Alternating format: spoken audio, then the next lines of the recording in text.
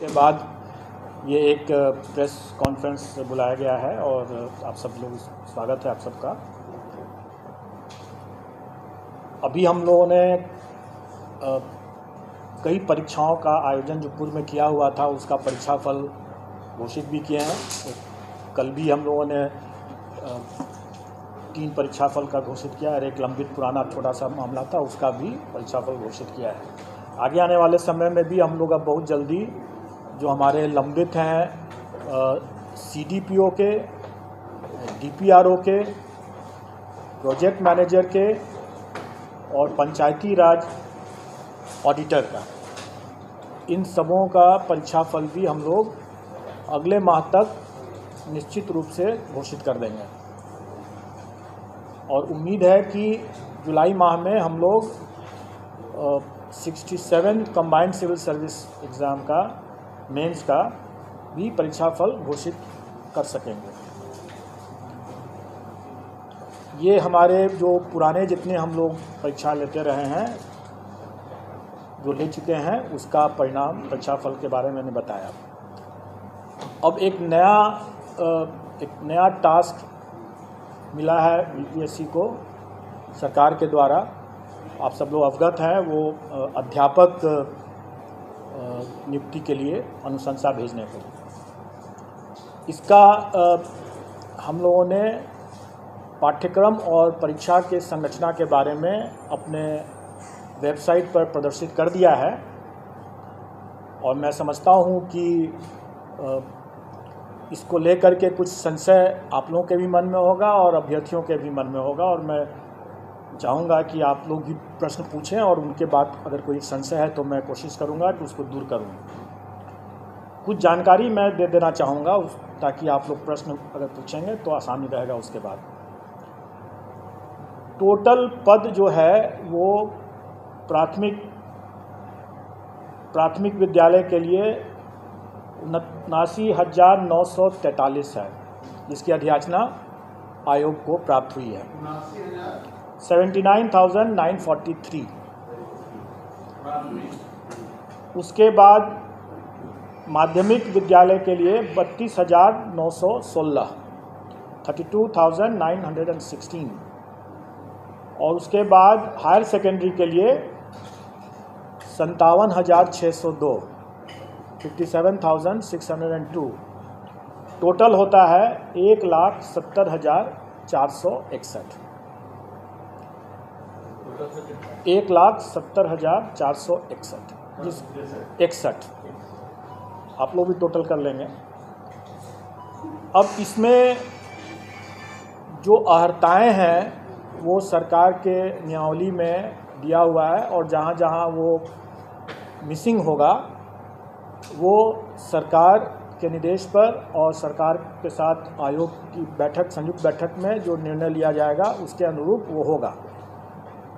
और वो विज्ञापन के समय जब निकलेगा 1-2 दिन में मैं समझता हूँ कि विज्ञापन भी हम लोग निकाल देंगे। वैसे मैं बता दूँ मोटा मोटी तौर पर कि प्राथमिक विद्यालय के लिए जो न्यूनतम अर्हताएँ होंगी वो inter pass plus CTET plus diploma in elementary education या BEd अगर किया हो तो वो होना चाहिए। माध्यमिक विद्यालय के लिए graduation plus state STET plus BEd और हायर सेकेंडरी के लिए पोस्ट ग्रेजुएशन होना है और स्टेट और BEd होना है। डिग्री मतलब graduation plus state plus BEd। और इसमें जो नियमावली के हिसाब से ही जो लोग वर्ष 2012 के पूर्व के जो होंगे, जो नियोजित हैं, उनके लिए TET मतलब टीचर्स एलिजिबिलिटी टेस्ट से वो उनको एग्जेम्पशन है। 2012 से हाँ, तो ये हुआ। उसके अलावा फिर एज रिलैक्सेशन भी है उन लोगों के लिए। वो सारा चीज़ नियमावली में पहले से दिया हुआ है, वही चीज़ विज्ञापन में हम लोग रिपीट कर देंगे। अब जो हम लोगों ने जो पाठ्यक्रम निकाला और जो उसके लाइट में लोगों को जो जिज्ञासा या संशय है, थोड़ा मैं उसको दूर करना चाहूँगा। पहली बात कि ये लोग प्रश्न पूछ रहे हैं कि परीक्षा एक ही दिन में होगा, एक दिन से अधिक में होगा, तो हम लोग आवेदन जो मांगेंगे वो इन सभी पदों के लिए एक साथ मांगेंगे, एक ही आवेदन होगा। मतलब कहने का है कि एक कैंडिडेट अगर वो योग्य है तो वो प्राथमिक के साथ साथ वो हाई स्कूल के लिए भी और हायर सेकेंडरी स्कूल के लिए भी, तीनों के लिए वो अप्लाई कर सकता है। एक साथ अप्लाई एक साथ कर सकता है। और जब हम अप्लाई करने की जब हम उसको सुविधा देंगे, क्योंकि उसका हक भी है, अगर वो योग्य है तो तीनों में अप्लाई कर सकता है, तो स्वाभाविक है कि हम उसको तीनों के लिए परीक्षा में उत्तीर्ण होने के लिए भी हम उसी हिसाब से परीक्षा की तिथि को रखेंगे, ताकि अगर वो योग्य कैंडिडेट है तो वो तीनों परीक्षा में अलग अलग तिथि पर वो भाग ले सकता है। अब हम आते हैं पाठ्यक्रम के बारे में। पाठ्यक्रम या और परीक्षा की जो संरचना है वो हम लोगों ने इस तरीके से डिसाइड किया है कि एक पेपर जो होगा वो क्वालिफाइंग नेचर का है और वो भाषा का पेपर जो है वो क्वालिफाइंग नेचर का है। उसमें उसको सिर्फ पास करना है, उसका मेरिट में नहीं जुटेगा।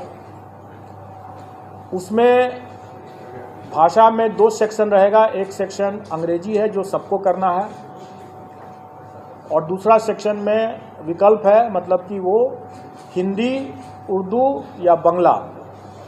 क्योंकि हमारे पास जो पद आए हैं प्राथमिक में, उसमें बांग्ला के लिए 148 पद है, उर्दू के लिए 12,729 पद है, और बाकी जो प्राथमिक के जो बाकी हैं वो सामान्य मतलब हिंदी के हैं। ये जो क्वालिफाइंग वाला जो मामला है, जिसमें 25 मार्क्स का अंग्रेजी, मैं आपकी जिज्ञासा को जल्दी ही शांत कर दूंगा। 25 मार्क्स जो रहेगा वो, और सभी एग्ज़ाम जो हमारे हैं वो MCQ बेस्ड हैं, मतलब कि ऑब्जेक्टिव टाइप के हैं और मल्टीपल चॉइस क्वेश्चंस रहेंगे। और क्वालिफाइंग नेचर का जो पेपर भाषा का है उसमें अंग्रेजी 25 नंबर के रहेंगे, 25 प्रश्न, और हिंदी या उर्दू बांग्ला जो रहेगा वो 75-75 का रहेगा।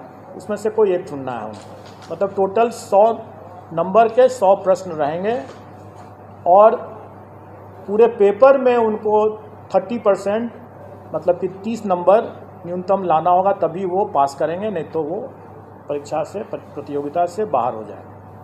इसमें जो लोगों को जो जिज्ञासा है कि पहला कि क्या 30% अंग्रेजी में अलग और हिंदी में अलग लाना है, तो ऐसी बात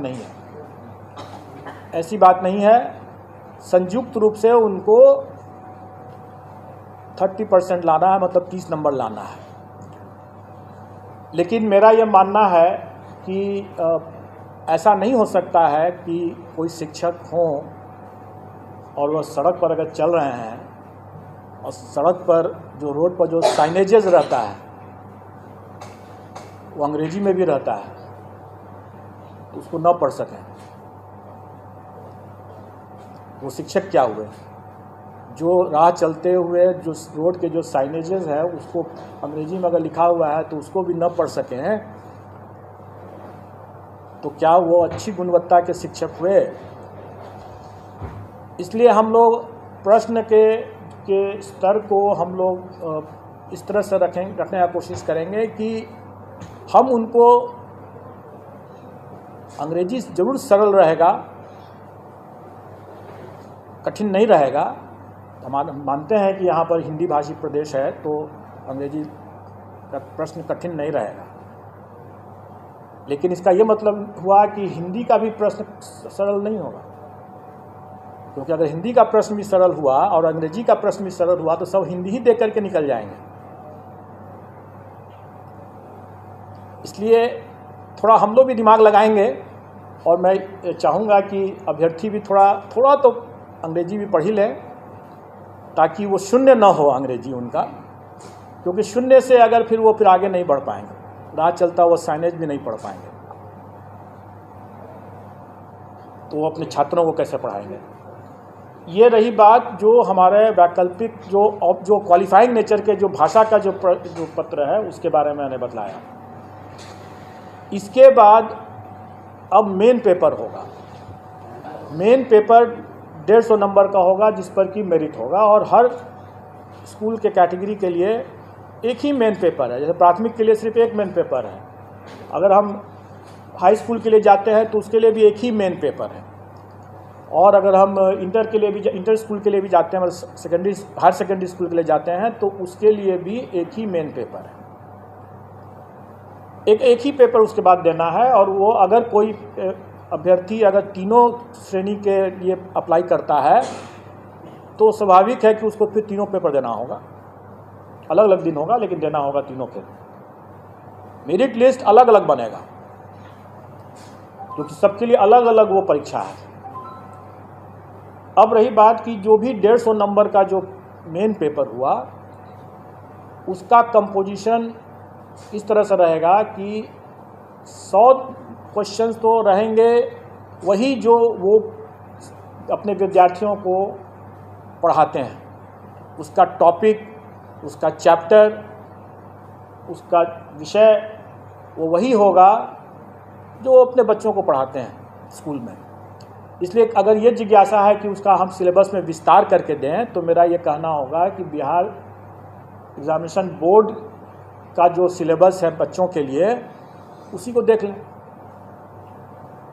उसी को पढ़ लें, चैप्टर उसी के हिसाब से कंप्लीट कर लें, उनका डिटेल सिलेबस हो जाएगा। अगर मान लें कि अगर कोई फिजिक्स का देखता है या कोई हिंदी का देखता है तो जो अगर कोई इंटर का अगर है वो विषय तो इंटर में जो पढ़ाई होती है एक फिजिक्स के स्टूडेंट के लिए उसका वही रहेगा, चैप्टर कंटेंट्स वही रहेगा।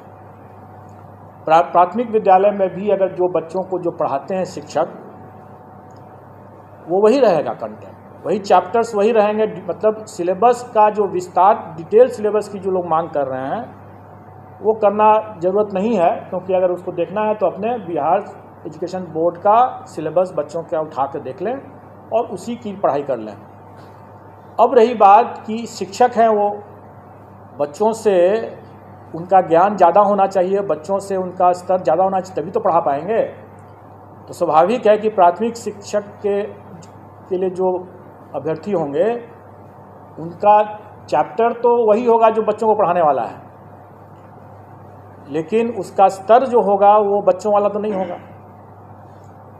उनका स्तर जो उनके लिए जो जैसे प्राथमिक शिक्षक के लिए न्यूनतम निर्धारित योग्यता जो है वो इंटर है,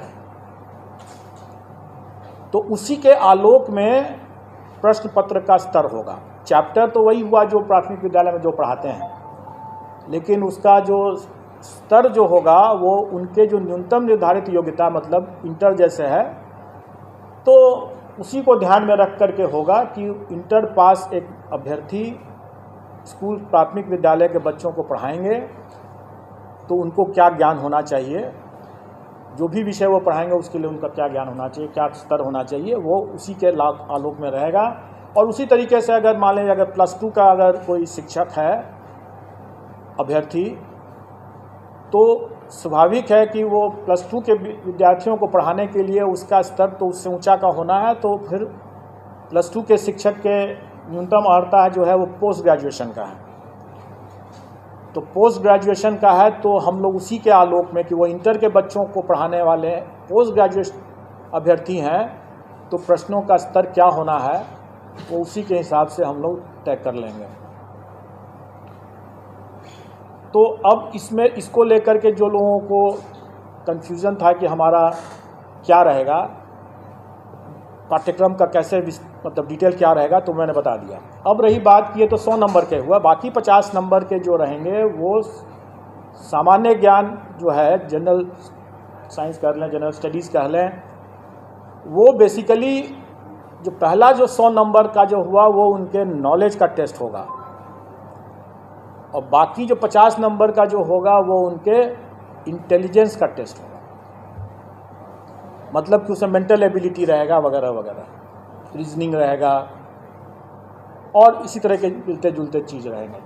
जो उनके कुछ हो सकता है कि सामान्य तरह का जो एक किसी भी जागरूक नागरिक को या शिक्षक को थोड़ा बहुत ज्ञान होना चाहिए सामान्य ज्ञान का, तो वो उसी तरह का रहेगा। वो बहुत ऐसा बिल्कुल नहीं रहेगा कि हम कोई जो लोग ये आशंकित हो रहे हैं कि हम एसडीएम बना रहे हैं, ऑफिसर बना रहे हैं, ऐसी बात नहीं है। वो भी लोक सेवक ही होंगे और जो एसडीएम जो हैं वो भी लोक सेवक ही होंगे। और किसी भी एक लोक सेवक को एक जो सामान्य ज्ञान का जो स्तर होना चाहिए, इसका स्तर उतना ज़्यादा नहीं होगा, जो कि स्पष्ट है। लेकिन इसमें 50 नंबर जो रहेंगे वो उनके विषय ज्ञान से हट करके ये उनके सामान्य ज्ञान, जो उनकी बुद्धिमत्ता का जो हम असेस करने का प्रयास करेंगे इसमें। अब रही बात कि इस पूरे मामले में हम लोगों ने इस बात शुरू से ही स्पष्ट कर दिया है कि इसमें तुक्केबाजी को हम प्रश्रय नहीं दे सकते हैं। मेरा ये मानना है कि अगर कोई ऑफिसर अगर है तो वो ऑफिसर, जैसे सिविल सर्विसेज का हम एग्ज़ाम लेते हैं, वो कोई भी विषय पढ़ के आता है, लेकिन वो उस विषय का उपयोग नहीं करता है अपने कार्य में। अगर वो मान लें कि फिजिक्स पढ़ के आया तो सीधे वो फिजिक्स का उपयोग थोड़ी कर रहा है अपने कार्य में। लेकिन शिक्षक जो है वो सीधे अपने उस ज्ञान का उपयोग कर रहा है। अगर वो फिजिक्स पढ़ के आया है या हिस्ट्री पढ़ के आया है तो वो उसका उपयोग कर रहा है अपना ज्ञान बांटने में, अपने विद्यार्थियों को पढ़ाने में। वो अपने ज्ञान के मामले में तुक्केबाजी अगर करते हैं तो ज़्यादा खतरनाक होगा। वो बच्चों के लिए भविष्य से खिलवाड़ वाली बात होगी। इसलिए हम उनको तुक्केबाजी पर अंकुश शुरू से ही लगाएंगे और इसलिए हम इसमें नेगेटिव मार्किंग रखेंगे। लेकिन अभ्यर्थियों को उससे घबराना नहीं चाहिए, क्योंकि आफ्टर ऑल जो वो पढ़ाएंगे बच्चों, जो उनका अपना खुद का विषय है, जिस पर उन्होंने पढ़ाई किया है और जिस पर वो आगे काम कर रहे होंगे या काम करेंगे, उसका तो उनको ज्ञान होना ही है, नहीं तो वो अपना पढ़ाएंगे कैसे। इसलिए वो चूँकि उनका ज्ञान भी है, उसका अनुभव भी है, इसलिए उनको कोई उसमें तुक्का लगाने की ज़रूरत नहीं होगी उनको। और इस बार तो मतलब कंबाइंड सिविल सर्विस की तुलना में सक्सेस रेशियो जिसमें जो होना है, जैसे 1,70,000 से ऊपर वैकेंसी है। अगर अभ्यर्थियों की संख्या हम माने कि 6-7 लाख अगर होंगे तो आप अनुपात देख लें कि सक्सेस का अनुपात काफ़ी बेहतर है कंपेयर टू जो कंबाइंड सिविल सर्विसेज एग्ज़ाम, जिसमें कि काफ़ी मारामारी रहता है। तो इसमें उतना घबराने की ज़रूरत नहीं है। प्रश्न का स्तर जो होगा वो कठिन नहीं होगा, लेकिन डेफिनेटली वो एक तरह से बहुत हल्का भी नहीं होगा। वो उनके जो काम जो करेंगे, जो पढ़ाएंगे, उसको उसके ही आलोक में उसका स्तर होगा। तो नेगेटिव मार्किंग कितना होगा उसके बारे में जो लोग यहाँ पर पहले से जुटे हुए हैं आयोग के संबंध में, नेगेटिव मार्किंग संबंध में, जानते हैं कि अगर 5 ऑप्शन रहेंगे अगर, तो 1/n-1 होता है फॉर्मूला उसके हिसाब से। मतलब कि अगर 5 ऑप्शन है तो मतलब कि 4 गलत प्रश्न और 1 सही प्रश्न मिलाकर के 0 होना है। 5 ऑप्शन है तो 1/4 हो जाएगा, और अगर 4 ऑप्शन है तो 1/3 माइनस हो जाएगा। ये स्टैंडर्ड स्टैटिस्टिकल फॉर्मूला रहता है और इसका निर्णय हम लोग कर देंगे और वो परीक्षा में भी उन लोग पता चल जाएगा। लेकिन उससे घबराने की बात बिल्कुल नहीं है। और हम लोग अभ्यर्थियों को पर्याप्त समय भी देंगे पढ़ाई करने के लिए, तैयारी करने के लिए। इसलिए इसमें घबराने वाली बात तो बिल्कुल नहीं है।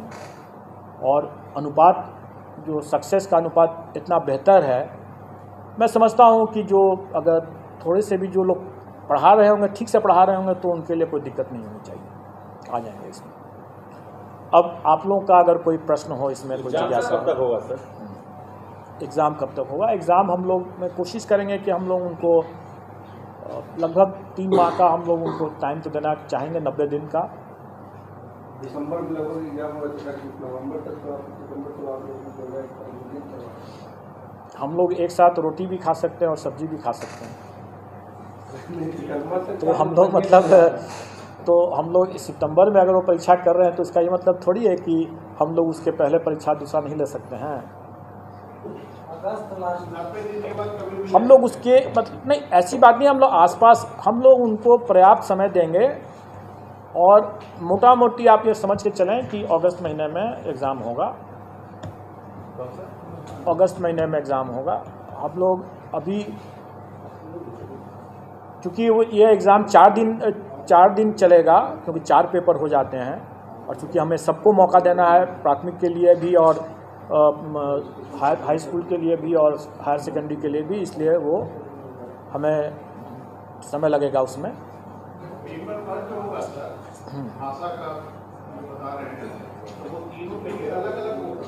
नहीं, वो तीनों के लिए एक होगा, इसलिए आपको वो सरल होगा, वो सरल होगा।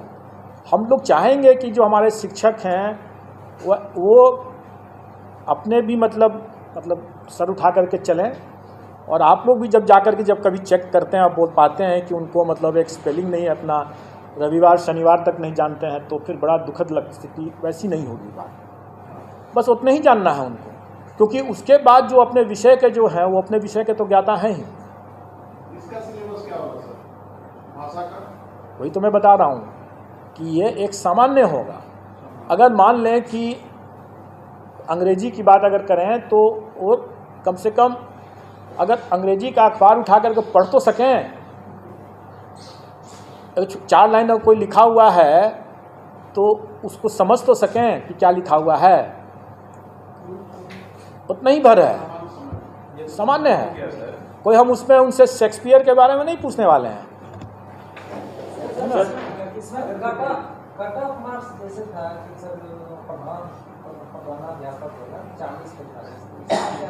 वो सामान्य प्रशासन का बहुत पुराना सर्कुलर है और वो सभी परीक्षाओं में लागू है, वो इसमें भी लागू है। सर अभी इंग्लिश पेपर की बात कर रहे थे, तो जहाँ तक मेरे नज़रिया है कि ग्रामीण क्षेत्र में बहुत कम ऐसे टीचर हैं जो इंग्लिश पढ़ाते हैं। गवर्नमेंट स्कूल में इंग्लिश का साधन नहीं है, तो लोग कैसे पढ़ेंगे और कैसे पेपर दे पाएंगे? देखिए, जैसे आप शायद पता नहीं थी कि नहीं थी, मैंने बताया कि क्या ग्रामीण क्षेत्र के लोग पटना नहीं आ रहे हैं, आ रहे हैं। और सड़कों पर आजकल पटना के सड़कों पर आप देखेंगे कि साइनेजेस जो हैं काफ़ी अंग्रेजी में लिखे हुए हैं। जितने व्हाट्सअप जो होते हैं, बहुत से व्हाट्सअप तो अंग्रेजी में भी लिखते हैं ना। सीनियर टीचर्स जो है कोई एक अगर हम बिहार के भविष्य के लिए बात कर रहे हैं, हमारे बच्चे क्या उनकी सीमाओं से बच्चे की भी जानकारी या उनका जो ज्ञान जो है बाधित हो जाए, नहीं होना चाहिए। हम उनको अंग्रेजी पढ़ाने के लिए नहीं कह रहे हैं, क्योंकि वो अंग्रेजी विषय के वो शिक्षक नहीं है, इसलिए अंग्रेजी वो नहीं पढ़ा रहे हैं। लेकिन उनको इतनी जानकारी तो होनी ही चाहिए ना, जो अपने, क्योंकि वो अगर प्राथमिक विद्यालय के अगर शिक्षक है तो वो सब कुछ पढ़ा रहे हैं। हाई स्कूल के हैं तो वो अलग बात है, फिर तो विषयवार हो गया, फिर उसको अंग्रेजी के अलग विषय के शिक्षक होंगे। 25 नंबर है अंग्रेजी में, 75 है हिंदी में। हम अंग्रेजी नहीं बना, 75 सिर्फ हिंदी बना। तो आपने मैंने इसके बारे में जवाब दे दिया है, मैंने इसके बारे में जवाब दे दिया है, इसलिए आप उसको आप समझ लें। सर एक चीज़ है सर, इसमें कहा जा रहा है सर, जो बीएड और ये सब का जो क्वालिफिकेशन रखा गया, ट्रेनिंग से रिलेटेड क्वेश्चन क्यों नहीं सर रखा? Yes, good question. मैं बता दूं, आप तीनों स्तर के, क्योंकि अभी मेरे पास मध्य विद्यालय की वैकेंसी नहीं आई है, इसलिए मैं मध्य विद्यालय के बारे में नहीं बता रहा हूँ, अभी कुछ तय नहीं हुआ है, उसका जब आएगा तो उस समय देखा जाएगा। लेकिन अभी जितने भी स्तर लेवल के विद्यालय के शिक्षकों के बारे में मामला है, सब में देखेंगे कि अनिवार्य अर्हता में सीटेट, एस्टेट ये है या बीएड डीएलएड है। ऐसी स्थिति में उन परीक्षाओं में प्रशिक्षण संबंधित, कैसे पेडागोजी जो कहते हैं उसके संबंध में, या चाइल्ड डेवलपमेंट के बारे में ऑलरेडी उसकी परीक्षा वो टीचर्स एबिलिटी टेस्ट में दे चुके हैं। तो अब फिर से उसी चीज़ के अगर हम लेने लगे हैं तो फिर आप ही लोग कहेंगे कि जब उसमें जब ले ही चुके हैं तो फिर इसमें भी वही चीज़ ले रहे हैं, तो नई परीक्षा की क्या ज़रूरत है? नई परीक्षा की ज़रूरत इसलिए है क्योंकि जो अभ्यर्थियों की संख्या अगर 6 लाख है और अगर हम उसमें से 1,70,000 ही को हमको अगर लेना है तो स्वाभाविक है कि हम मेरिट बेस्ड ही हम सिलेक्शन प्रोसेस करेंगे। अब रही बात कि पेडागोजी जो है या चाइल्ड डेवलपमेंट CDP जिसको कहते हैं, चाइल्ड डेवलपमेंट पेडागोजी के बात जो कहते हैं, ये ऐसा चीज़ है जिसके लिए वो पहले से एलिजिबल हो, अपनी पात्रता पहले से प्रमाणित कर चुके हैं। दूसरी बात कि ये ऐसा मामला है कि वो भविष्य में, क्योंकि वो TET करके आए हुए हैं, वो जब स्कूल में जब जाएंगे वहाँ भी और भी अनुभव ज्ञान अभी हासिल करेंगे, उनका उसमें निखार आना ही है। उस पर हमको एक बार जब वो एलिजिबिलिटी टेस्ट कर चुके हैं उस बिंदु पर, तो दोबारा हमको उसी बिंदु पर उसकी परीक्षा लेने का कोई मतलब नहीं है। ये भाषा वाले में आप जनरल तो हो गया, इंग्लिश और हिंदी दोनों होना चाहिए, लेकिन अगर कोई बंगला का इंस्ट्रूमेंट है या उर्दू का इंस्ट्रूमेंट है, उसके लिए क्या वो भाषा का क्या? वही तो मैं बताया ना कि हिंदी ऑब्लिक उर्दू ऑब्लिक बंगला। हिंदी ऑब्लिक प्रश्न पत्र बाइलिंगुअल रहेगा या हिंदी केवल? देखिए, प्रश्न पत्र जो हमारा जो सब्जेक्ट का जो रहेगा वो बाइलिंगुअल रहेगा, लेकिन नेचुरली अगर हिंदी का प्रश्न अगर है, का पेपर है, तो हिंदी में ही सिर्फ रहेगा। अगर इंग्लिश का है तो फिर उसमें हिंदी तो नहीं रहेगा। एक उर्दू वाले मदरसा वाले जो लैंग्वेज का जो विषय का जो पेपर रहेगा वो उसी लैंग्वेज में रहेगा, जो बाइलिंगुअल नहीं रहेगा। ये TET को लेके बिहार में जो अब तक परीक्षाएं हुई है, इसमें महिलाओं को विशेष छूट दिया गया है कि 85% उनके दिए, 85 मार्क्स है, तो क्या वो छूट आप जारी रखेंगे या फिर 90 का है? देखिए, जो मिनिमम क्वालिफाइंग जो कट ऑफ है वो सरकार के द्वारा पहले से निर्धारित है। उसमें महिलाओं के लिए अलग है, सामान्य के लिए अलग है। वो उसका पूरा आप लोगों को ज्ञान होगा, हमारे पाठ्यक्रम में भी वो फॉर्म परसेंटेज लिखा हुआ है। अब रही बात कि सरकार ने इस बार जो नियमावली जो बनाया है उसमें प्राथमिक विद्यालय के शिक्षकों के लिए शिक्षकों के पद पर महिलाओं के लिए आरक्षण जो है 50% शायद रखा है, 50% रखा है, जो अन्य में 30% या 35% है, 35% है। प्राथमिक में 50 और अन्य में 35। अन्य में जो पहले से है वो सही रहे, और प्राथमिक विद्यालय के केस में 50% आरक्षण महिलाओं के लिए।